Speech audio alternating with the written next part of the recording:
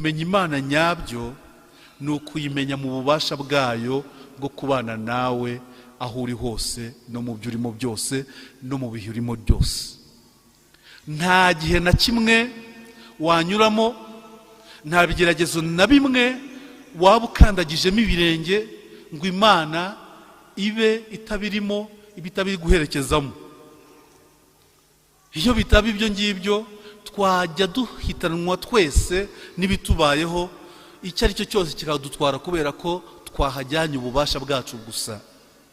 Imana yifashisha uburyo bwose ngo ikwereke ko muri kumwe, ikwereke ko icyo yakoze mu masezerano yayo ari ukwemerera bene muntu kwibatwaye mu biganza byayo kandi hori bitayeho.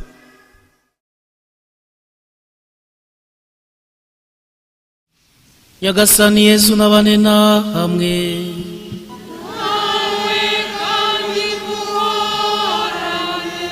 Amagambo yo mu Ivanjiri ntagatifu uko yanditswe na Mariko.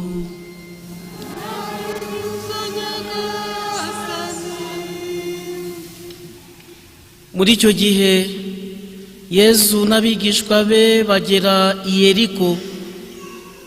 Igihe agisohoka muri Yeriko ari kumwe n'abigishwa be n'imbaga y'abantu benshi, umuntu w'impumyi witwaga Baritimeyo mwene Timeyo akaba yari yicaye iruhande rw'inzira asabiriza.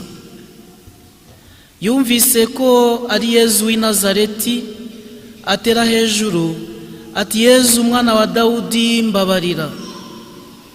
Benshi baramucyaha ngo aceceke, ariko we arushaho gusakuza ati, mwana wa Dawudi mbabarira. Yesu arahagarara aravuga ati, nimumuhamagare. Bahamagara iyo mpumyi barayibwira bati, humura haguruka, dore araguhamagaye. Ajugunya igishura cye ahaguruka bwangu asanga Yesu. Yesu aramubaza ati, urashaka ko ngukorera iki? Impumyi iramusubiza ati, mwigisha mpa kubona. Yesu aramubwira ati, genda, ukwemera kwawe kuragukijije. Ako kanya arahumuka maze akurikira Yesu. Iyo ni Ivanjiri ntagatifu.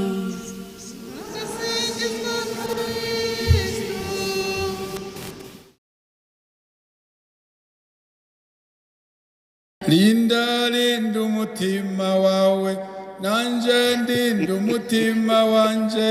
Abandi barinda amatungo yabo, tweho turarinda ubugingo. Linda rwose, linda linda.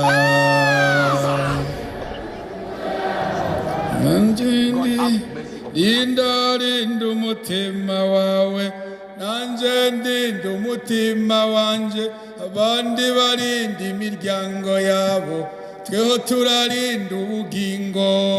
Haleluya. Linda linda. You get it? Linda rwose, nanje ndarinda. Linda linda umutima wawe, nanje ndinda umutima wanje. Bandi barinda amadiporome, tweho turarinda ubugingo. Linda linda. Linda we. Linda linda umutima wawe, nanje ndinda umutima wanje. Abandi barinda abacance babo, tweho turarinda ubugingo. Haleluya.